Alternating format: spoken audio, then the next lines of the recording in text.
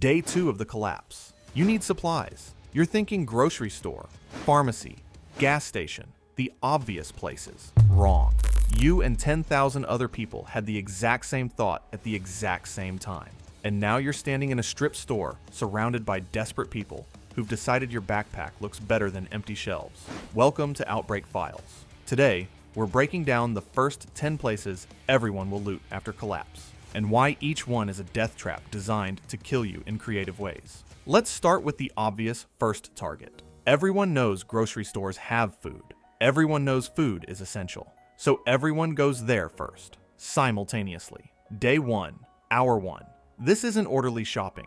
This is thousands of people with the same urgent need converging on limited supplies with no security and rapidly deteriorating social norms. The first wave clears the store in hours. They're grabbing everything. Canned goods, bottled water, snacks, whatever's portable. Within 6 hours, grocery stores in populated areas are stripped. But people keep coming because they're following the same logic you are. Except now, the store has crowds of desperate people, no supplies, and escalating violence as people realize they're too late. Crushing crowds at entrances. You're not walking in, you're being pushed, potentially trampled. People die in Black Friday, stampedes over TVs. Imagine that energy applied to survival. Violence over remaining supplies. That last cart of water, 10 people want it. You're fighting for it or getting fought. Parking lots become ambush zones. You got supplies? Now, you have to get to your car through a parking lot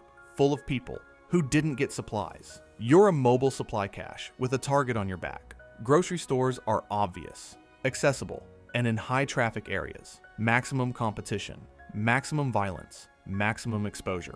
You're fighting crowds for picked over supplies in a location everyone knows. If you're hitting grocery stores during the first 48 hours, you already failed at preparation, and you're about to fail at survival.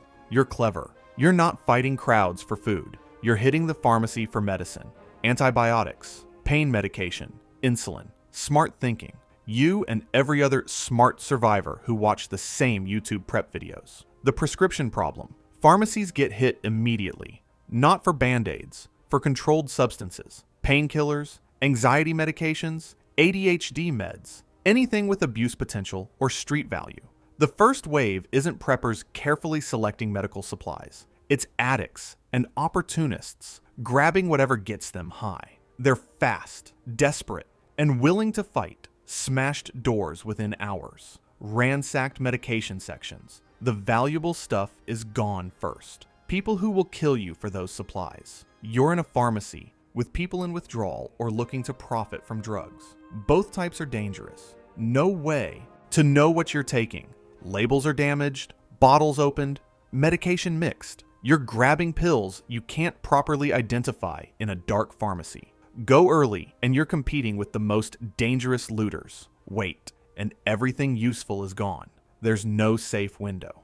And even if you successfully loot a pharmacy, you now have supplies other people desperately want. You're not just a target, you're a high-value target. The people who survive aren't the ones fighting in pharmacies. They're the ones who stocked up before the collapse. You're avoiding small stores because they're too crowded. You're hitting Walmart or Costco instead. Bigger stores, more supplies. Wrong. Bigger stores just mean more people with the same idea, more chaos, and more exposure. Walmart sells everything. Food, medicine, camping gear, weapons, ammunition. It's one-stop looting, which means everyone goes there. Inside, you're in a massive space with hundreds of people, all competing for supplies. You can't see threats coming. You can't control your exits. The gun section gets swarmed first. People who weren't armed are arming themselves now while you're shopping. Costco sells in bulk, which sounds great until you're pushing a cart loaded with 50-pound rice bags across a massive parking lot. You're slow, obvious, and valuable. Every step is exposure. They're high-profile targets everyone knows about. Too large to secure, too open to control, too obvious to be safe. You're spending hours in dangerous environments for supplies you could have obtained from 10 safer sources. If your plan is hit Walmart, your plan is die in Walmart. Adjust accordingly. You need fuel. Gas stations have fuel. Simple logic. Also simple. Everyone else needs fuel too. Gas stations get swarmed within hours. Long lines, short tempers, limited fuel. People cutting in line, fighting over pumps, siphoning from other cars. Pumps require electricity. Once power goes out, and it goes out fast, pumps stop working. That underground fuel, still there. You just can't access it. Violence over fuel access. That person who cut in line, you going to fight them? Is it worth dying over 15 gallons? Gas stations are on major roads with high visibility. You're advertising your presence in high traffic areas. And here's the stupidity factor. People smoking near fuel pumps during chaos. People using improper containers. The chance of fire or explosion increases dramatically when desperate people handle gasoline incorrectly. Gas stations are high risk, low reward. You're better off siphoning from abandoned cars in low traffic areas. You need weapons. Sporting goods stores sell guns and ammunition. Except everyone else who doesn't already have weapons is thinking the same thing. Sporting goods stores get hit immediately by people seeking weapons. Within hours, guns and ammo are gone. But here's the real problem. You're in a store where people are actively arming themselves with no training, no safety protocols, and no accountability. Someone's loading a gun they don't know how to use next to you in a high-stress environment. Accidental discharges are inevitable. People who've never handled firearms are loading weapons incorrectly, pointing them unsafely, keeping fingers on triggers. You're more likely to get shot by accident here than by intentional violence in most other locations. And once people are armed, disputes escalate faster. That camping stove you both want? Without weapons, it's an argument. With weapons, it's a standoff. If you don't already have weapons before collapse, sporting goods stores aren't solving that problem. They're creating new ones. You're smart. You're looting tools and building materials. Hardware stores have everything you need for long-term survival. Every contractor, handyman, and DIY enthusiast had the exact same thought. Hardware stores attract people who actually know what they're looking for. They know which tools are valuable, which generators work best, which supplies are essential. You're not competing with amateurs. You're competing with professionals who travel in groups and have trucks. Everything's heavy. Bags of concrete, lumber, generators. You need vehicles and multiple people to effectively loot hardware stores. If you're on foot or alone, you're limited to hand tools, while groups with trucks clear entire aisles. You're also spending lots of time in one location. Loading heavy items is slow.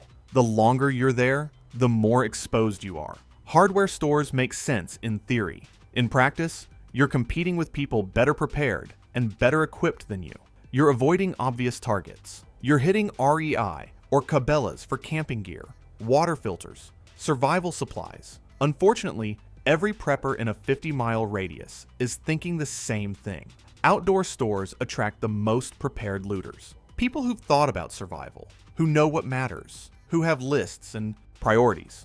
Water filters? Gone in the first hour. Camping stoves? Gone. Freeze-dried food? Gone. What remains are luxury camping items. Expensive tents, climbing gear, kayaks. Not immediate survival priorities. Go immediately, and you're competing with hundreds of prepared survivors. Wait, and everything useful is gone. The window where outdoor stores are both accessible and stocked is measured in hours. Outdoor stores sound perfect. They're also the first target for anyone who actually prepared, which means they're stripped faster than grocery stores. You're not thinking about liquor stores, but other people are. Alcohol has trade value, medical uses, and recreational demand that doesn't disappear. Trade value. Alcohol is currency in collapsed economies. Medical uses, disinfectant, pain management, addiction, alcoholics in withdrawal will do anything for it. Drunk looters are unpredictable, more violent, less rational, more likely to escalate over nothing. You're dealing with impaired judgment in situations requiring good judgment. Liquor stores stay active looting zones longer than food stores. People keep coming back for supplies, then trade goods, then personal consumption, and bottles break. You're walking through broken glass, handling glass bottles in chaos, creating noise. One dropped bottle attracts attention. Liquor stores are surprisingly high risk for modest reward. Unless you're planning to trade alcohol long term, you're risking violence for bottles that make everyone around you worse at surviving. Some people loot electronics stores, TVs, computers, phones. In the first days, people are still operating on pre-collapse values, where these items matter. They don't. And you're about to watch people die for worthless objects. Denial. They don't believe collapse is permanent. Pre-collapse mindset. Electronics are expensive in normal times. That framework doesn't update immediately. Batteries. Useful until they run out. Radios. Very useful. For information. Everything else. Worthless luxury requiring electricity you don't have. While you're looting Best Buy for a TV you can't use, someone else is looting actually useful locations. You're wasting time in the wrong place. Electronic stores are intelligence tests. If you're looting them for anything other than batteries and radios, you're failing.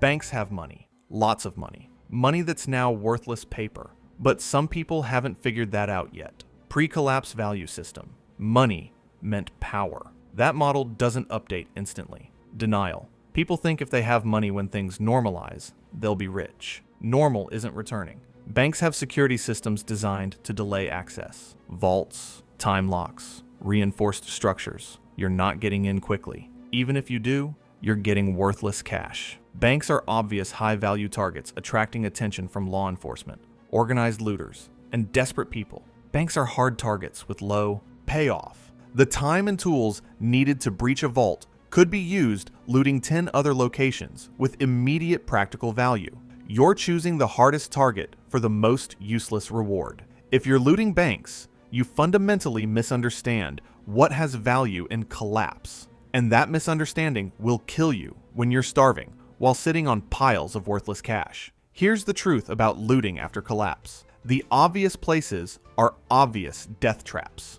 Everyone thinks of them. Everyone goes there. Everyone competes for the same supplies in the same dangerous locations at the same time. Grocery stores turn into riots within hours. Pharmacies attract the most dangerous looters. Big box stores are thunderdomes. Gas stations run out while you're waiting. Sporting goods stores arm people who don't know weapon safety. Hardware stores attract organized contractors who are better at this than you. The pattern is consistent. Popular targets get stripped fast, stay dangerous, long, and kill people who think they're being clever by looting them. The survivors aren't the ones fighting in Walmart. They're the ones who prepared before collapse, who are looting unpopular locations while everyone else fights, or who are stealing from the idiots looting Best Buy for TVs. So here's your question. If you absolutely had to loot one of these locations, which death trap are you choosing, and why do you think you'd survive it? Drop your answer below. Then subscribe to Outbreak Files. Also let me know what you would like to see in the next video.